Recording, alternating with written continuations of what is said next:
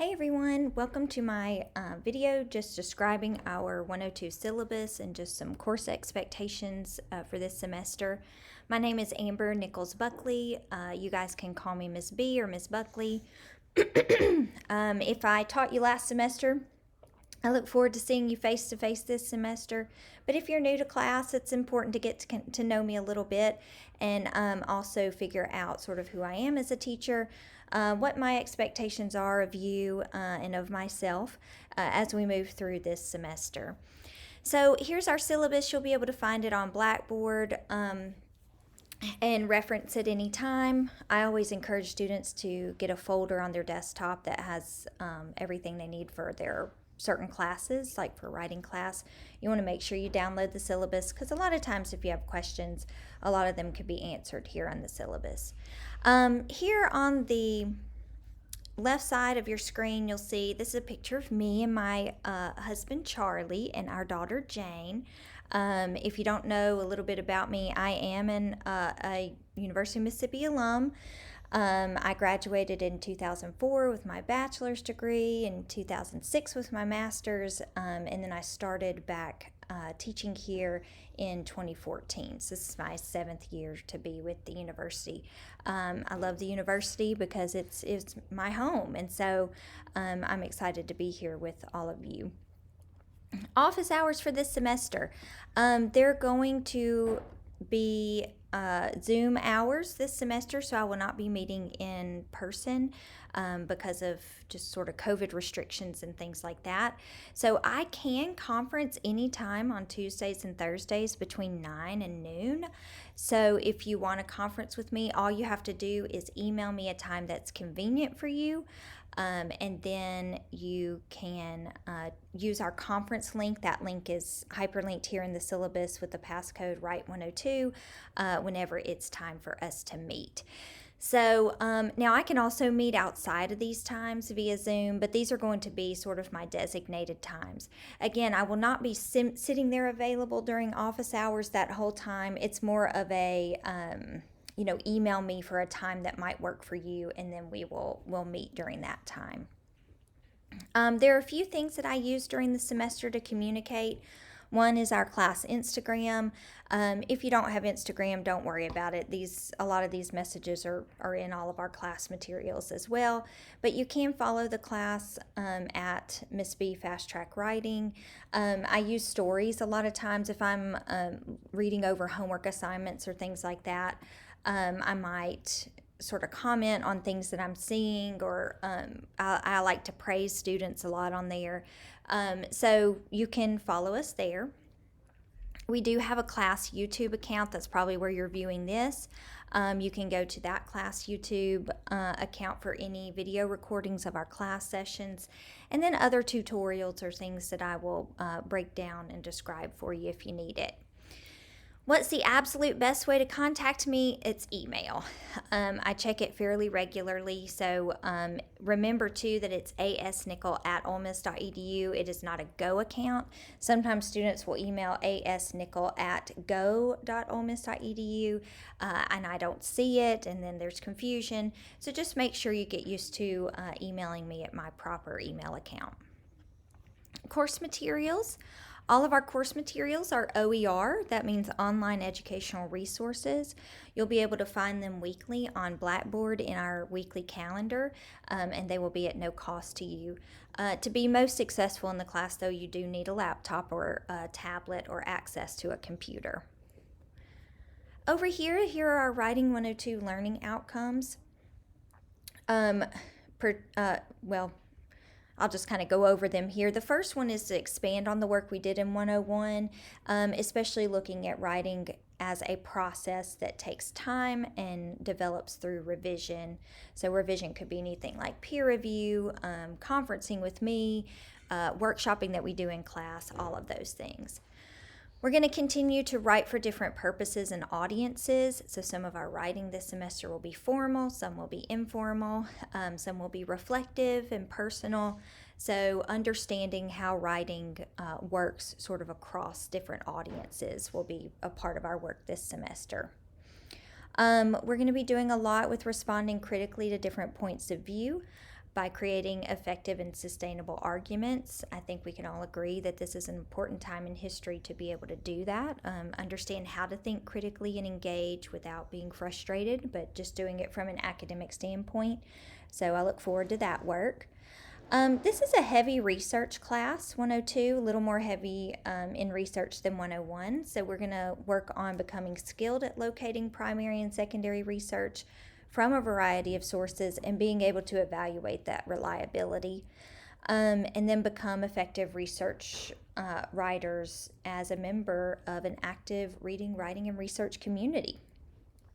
So as you go through the syllabus, I like to have memes, just because I love memes. Who doesn't love memes?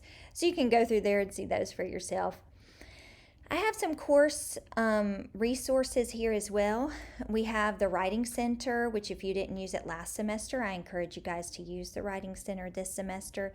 You can do all of it virtually, so you do not have to meet in person, though I do think they may be offering some in-person consultations this semester. The J.D. Williams Library is essential to our research for this class, so I want you to get used to going there, get used to using OneSearch, and even get used to live chatting with librarians, which is a service the librarians offer during working hours. You guys, because you're a part of Fast Track, have your own librarian. Her name is Savannah Kelly. She's amazing. I've put her email address here. If you ever have research questions and you can't get a hold of me, or you just want some extra insight, Savannah's great to go to. The Speaking Center is new on campus, so it helps you with any public speaking project you may have, whether that's just an assignment we may have for class where I have you guys record a podcast or something, or if it's a project for another class, I want y'all to check that out. It's a great resource. Disability Services, if you have a documented disability, you can reach out to them so that they can communicate to me about any accommodations that you may need for class. And something that I feel like is especially important, especially now, but at any time, because I'm a huge fan of therapy, I have given you resources for our counseling center on campus, and also for psych services on campus if you want to go a little deeper with therapy. I encourage everyone to do that. Our academic success tends to hinge on our mental and emotional state. So, like I said, I'm a big fan of therapy, and if you ever want to reach out to me about that, please do. A little note on plagiarism. Don't do it. There is a great plagiarism tutorial from Libraries if you want to go more into detail about what constitutes plagiarism and what doesn't. And so you can access that video here from our syllabus. But if you're ever in doubt about whether or not something you're writing could be plagiarized, then just cite it. It doesn't hurt to cite. All right, course breakdown here. We will have 4 units this semester. The first unit is where we'll explore our identity through the Bridge Project and something we call the Identity Project. These are both worth 10% of your overall grade, and it just gets us into the Writing 102 theme, which is discussed later in the syllabus. We'll have a synthesis essay in Unit 2. This essay will be very similar to the essay you did at the beginning of 101 with the common read, where you have a source and then you find an outside source and sort of make connections. So if you've never heard of a synthesis essay before, please don't let it intimidate you. It's simply an essay that explores 2 sources and their connections. Unit 3 will be our big research project. We'll actually be sort of working toward it during Unit 1 and 2, but it's a cause and effect argument where you will explore a cause and effect relationship and make some sort of claim about it. Before you write that essay, we will do what we call a research journey project. So that unit is worth a lot because it is sort of the culmination of the skills we'll be working on in Unit 1 and 2. And then Unit 4 will be your final reflection for class. In my class, I have a heavily weighted writing process grade. The writing process grade is worth 15%, and it includes considerations like your participation in homework, class discussions, Friday workshop, which we will mostly do in the blog space because we won't be meeting face-to-face on Fridays. Attendance, virtually and or in class, and participation in peer review. And that includes submitting your drafts as well as providing feedback to others. All right, as we go through some course policies, again, communication is the best way to get me is to email me. I'm available via email Mondays through Fridays from 8 to 5. This semester, I'm going to work to have a priority not to answer emails during the weekend because I want to defer that to my family and family time. So due to this, I will not have major assignments due on Sunday evenings. That way, if an assignment's due, it should be during the week when I am available for communication. Late work. You can see all the writing here, but generally students don't need to submit assignments late for my class because we tend to work on assignments for a couple weeks before they're due, just a little bit at a time. I do understand that life circumstances get in the way though, and of course we are dealing with a lot of uncertainty with COVID and restrictions and quarantining and things like that. I'm always willing to grant an extension for an assignment if a student asks for the extension before the assignment is due. Generally, that extension is one class day. So if something were due on Monday, it would then be due on Wednesday. So just keep that in mind. Basically, let's let the communication between us be open. And if you need an extension, you just reach out to me. Class decorum. We follow something called inclusive classroom practices. I'm also going to go over those on our first day of class, but you can find them here if you want to reference them before we go into class. Basically, you have a certain responsibility. You should be prepared for our class discussion so that you have something of merit to say when we do talk. You can, being able to reference the sources, for instance, instead of just going based on your own personal opinion. But mainly work on being an active listener and responder. And a lot of that comes from those inclusive classroom practices that you can find at this link. A note on attendance. I'll let you read this for yourself, but there is no official attendance policy this semester, and that is due to COVID constraints. It could be you that maybe you have to quarantine because you've had a close contact. Maybe I have to quarantine because I have, or I have to be home with my child who might be quarantined from school. So mainly when we think about attendance, we need to think about being flexible. To do that, we are going to have face-to-face class on Mondays and Wednesdays, but you can always Zoom into class if you're not able to make it to class.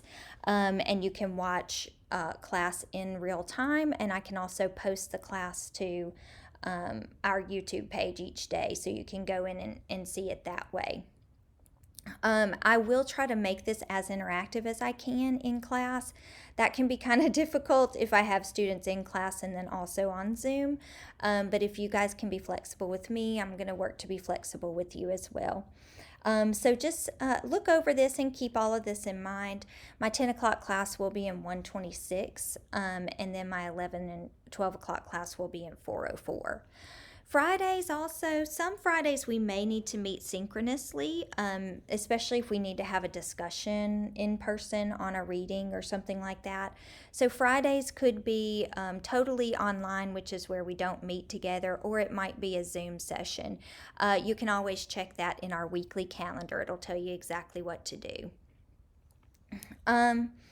There are some videos. I've put the link to the video here about how to be campus ready for those of you who may be anxious about, okay, well, when we come into class, what are we supposed to do?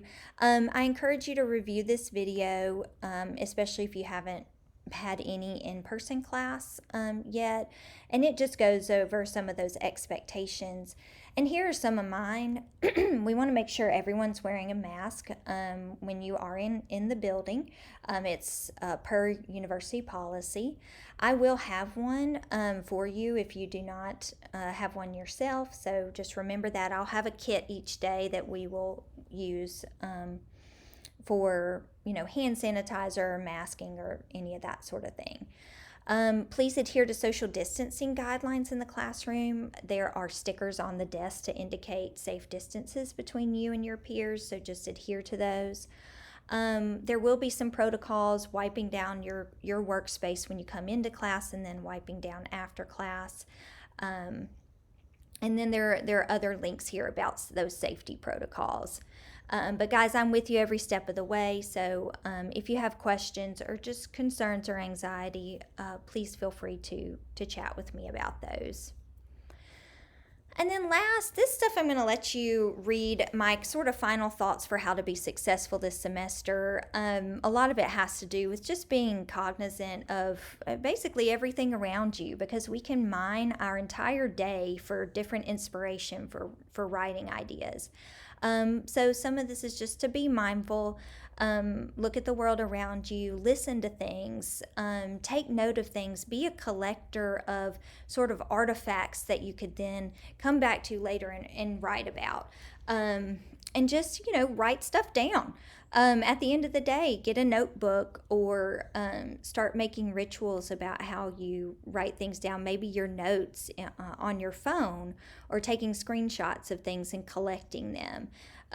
But that is so important to sort of how we navigate our world as academics. Our course theme is here. Our course theme is based on identity and how we sort of have all of these multiple working identities that are influenced by so many things.